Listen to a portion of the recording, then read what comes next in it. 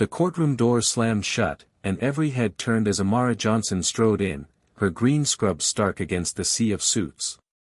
She was late, her shift at Mercy General having bled into overtime, saving a child from a collapsing lung. Now, she faced a judge who didn't care about her heroics, only the audacity of her attire. Amara's heart pounded as she crossed the polished floor, her sneakers squeaking faintly, a sound swallowed by the murmurs rippling through the gallery.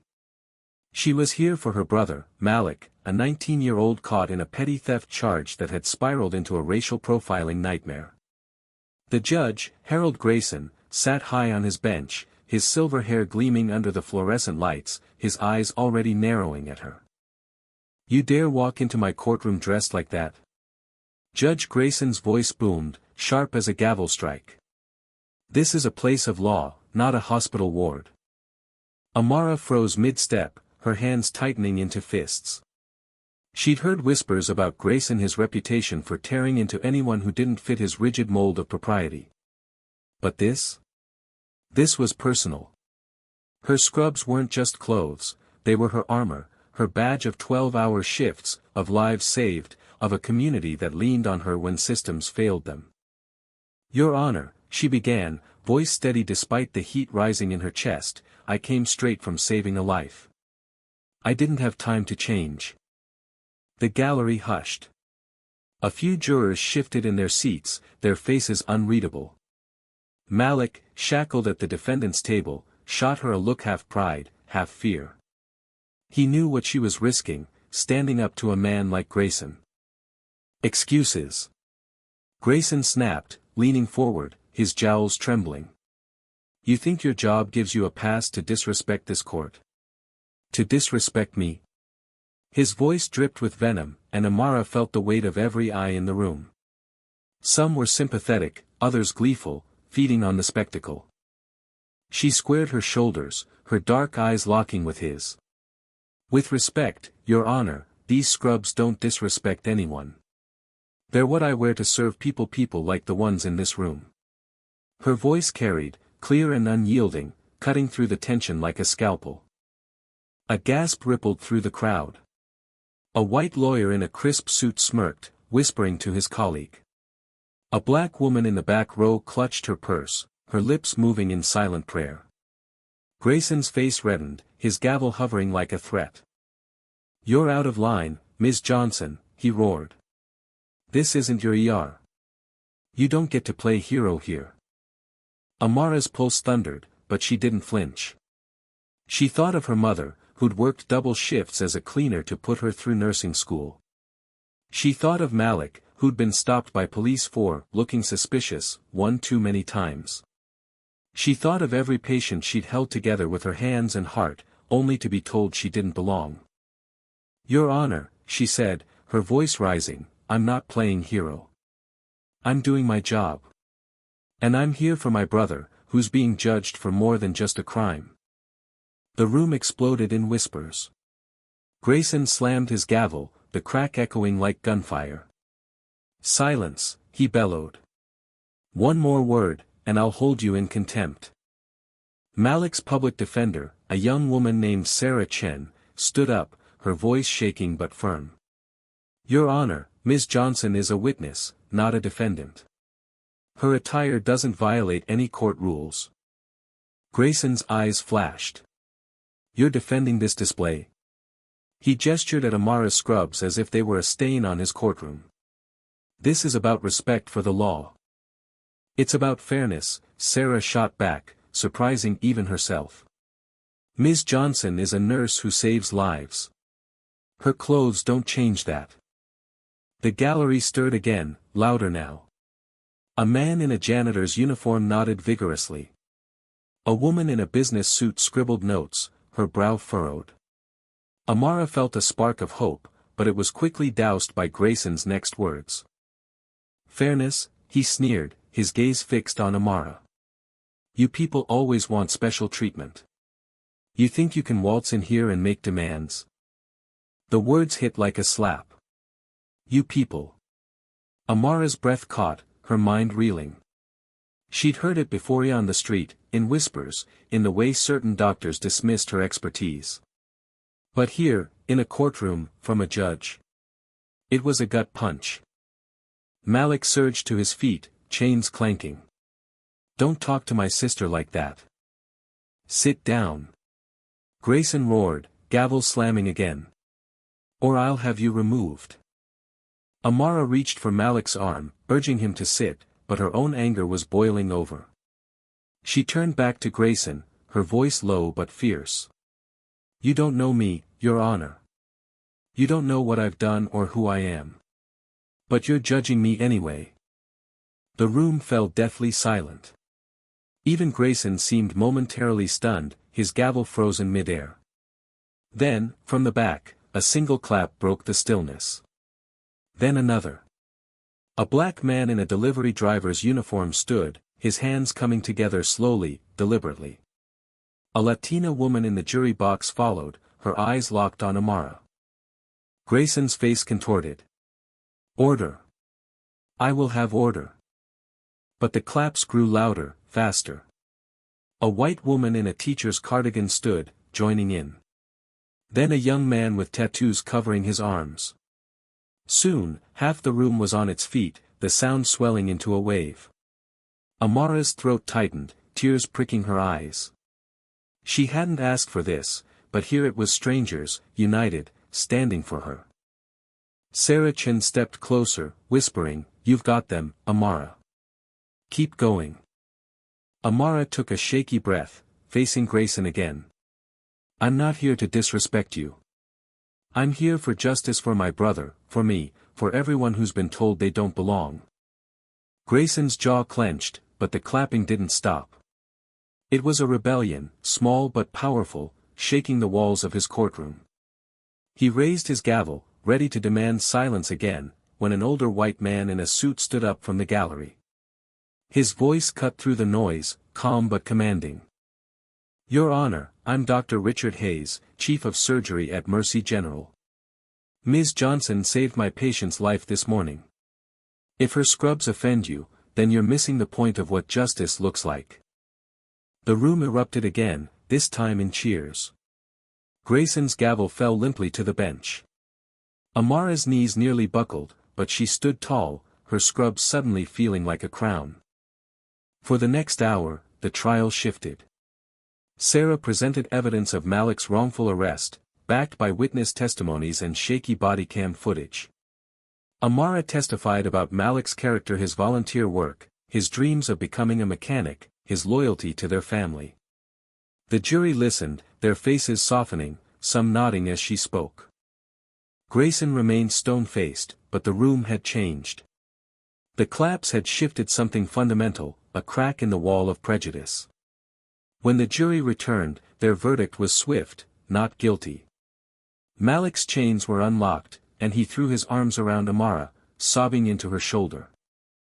As they left the courtroom, the crowd parted for Amara, some reaching out to touch her arm, others whispering, "Thank you." She didn't feel like a hero, just a nurse, a sister, a woman who'd refused to bow. Outside, under the gray city sky, Malik grinned, free for the first time in months. "You really took on that judge, sis." Amara laughed, exhaustion and relief mixing in her chest. "Somebody had to."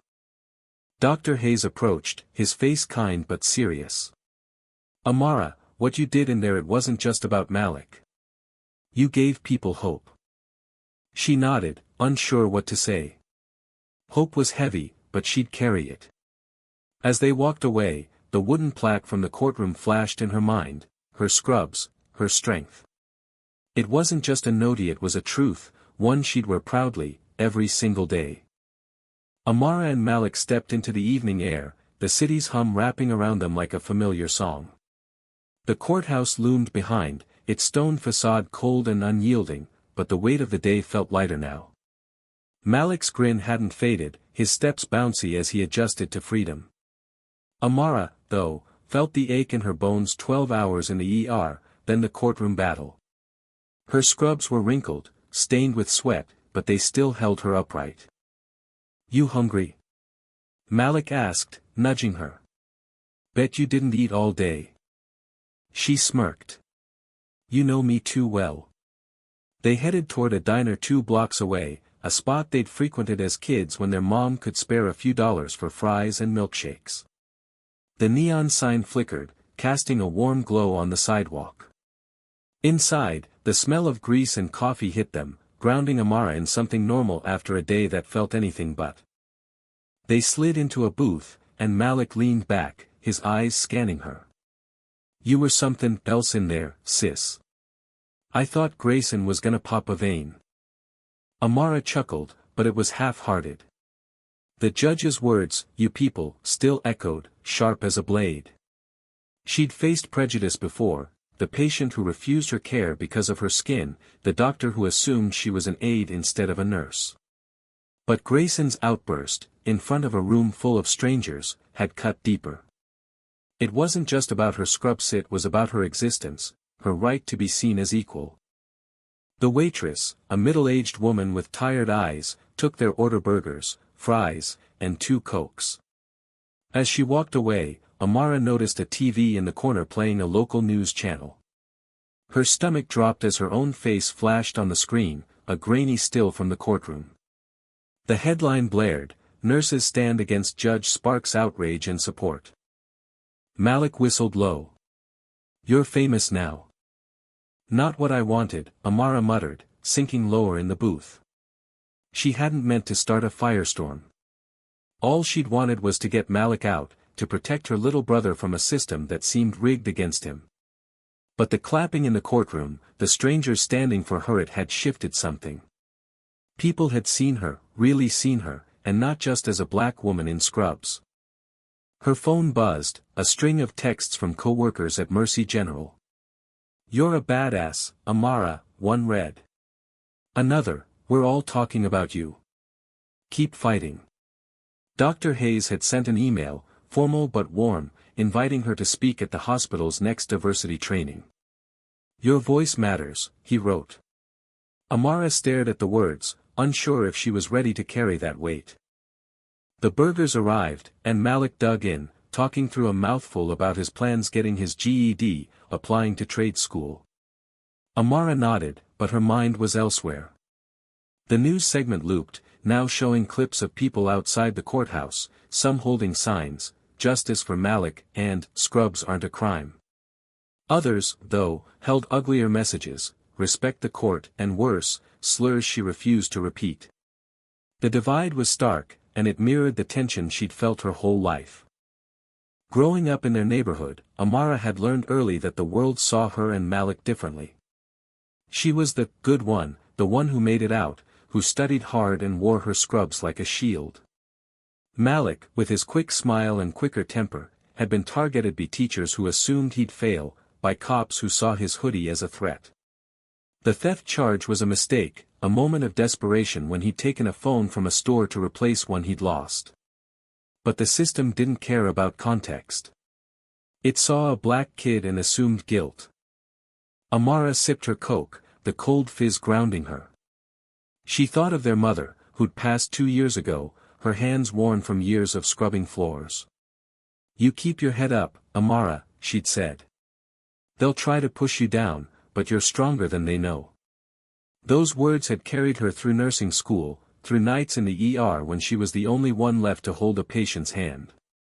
They'd carried her today, too, when Grayson's gavel felt like a guillotine.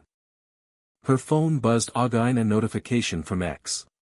The clip of her confronting Grayson had gone viral, with thousands of comments. Some called her a hero, others a troublemaker. One post, from a local activist group, caught her eye. Amara Johnson stood up to a biased judge. "Join us tomorrow for a rally outside City Hall. Justice for all." Malik glanced at her screen. "You gonna go?" "I don't know," she admitted. "I'm a nurse, not an activist." "You're both now," he said, his voice soft but sure. "You didn't just save me in there. You made people think." Amara looked away, her throat tight. She wasn't sure she wanted that role. She'd spent her life trying to blend in, to prove she belonged by working harder, staying quieter. But today, silence hadn't been an option. And the clapping god, the clapping had felt like a pulse, like the heartbeat of a community that saw her struggle and chose to stand with her. The next morning, Amara woke to more notifications. The rally was trending, and her name was everywhere. She pulled on her scrubs, her hands trembling slightly as she tied her hair back. At Mercy General, her coworkers greeted her with hugs and whispered encouragement. "You're on the news again," a nurse named Carla said, pointing to the break room TV. The segment showed the rally forming outside City Hall, a crowd of hundreds, black, white, Latino, young, old. Signs bobbed above their heads, "Amara's fight is our fight." A reporter interviewed Dr. Hayes, who spoke with quiet conviction. "Amara Johnson represents the best of us: courage, compassion, and resilience. She deserves our support, not our judgment." Amara's shift was grueling: back-to-back emergencies, a patient coding, another with a shattered femur. But between each crisis, she caught snippets of the rally on her phone.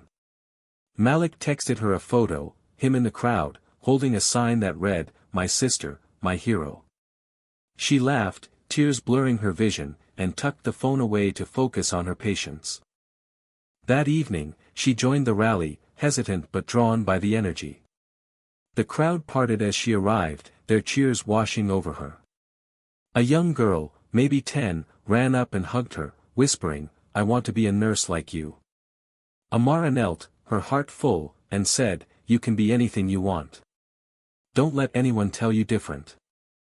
The rally's organizer, a woman named Tasha, handed Amara a megaphone. "Say something," she urged. Amara froze, the weight of the crowd's eyes heavy. But then she saw Malik in the back, grinning, and she found her voice. "I'm just a nurse," she began, her words echoing across the plaza. "I wear scrubs because I save lives. But yesterday, I had to fight for my right to be seen, to be heard. This isn't just about me or my brother. It's about all of yous, about fairness, about standing up when the system tries to push us down." The crowd roared, their applause louder than the courtrooms had been. Amara handed the megaphone back, her hands shaking. She wasn't used to this, but it felt right. Over the next weeks, Amara's life changed. She spoke at community meetings, sharing her story alongside others who'd faced similar injustices.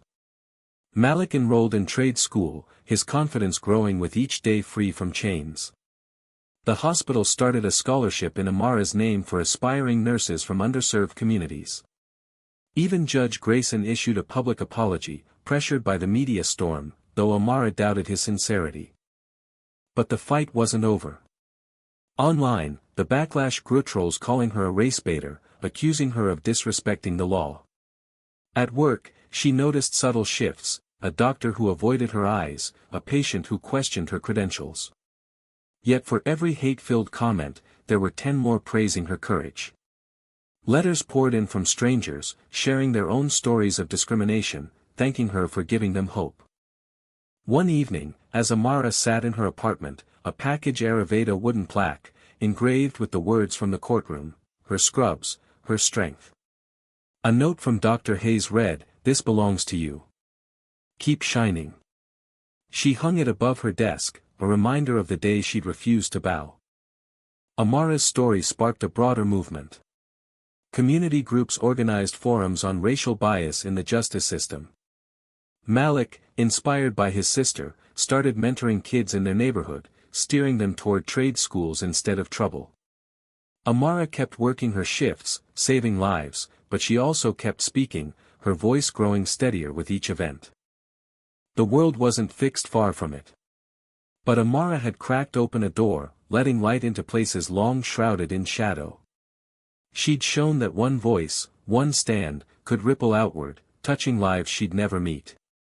As she looked at the plaque on her wall, she felt her mother's words again, "You're stronger than they know." What do you think? Where does justice begin, and how do we bridge the divides in our communities?